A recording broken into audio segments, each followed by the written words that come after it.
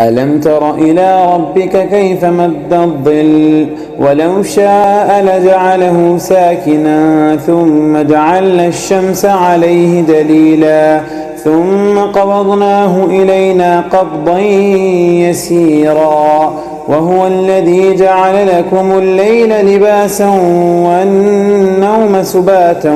وجعل النهار نشورا وهو الذي أرسل الرياح بشرا بين يدي رحمته وأنزلنا من السماء ماء طهورا لنحيي به بلدة ميتا ونسقيه مما خلقنا أنعاما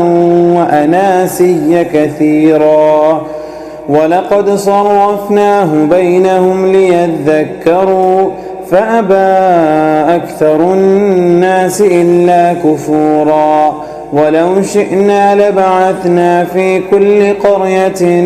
نذيرا فلا تطع الكافرين وجاهدهم به جهادا كبيرا.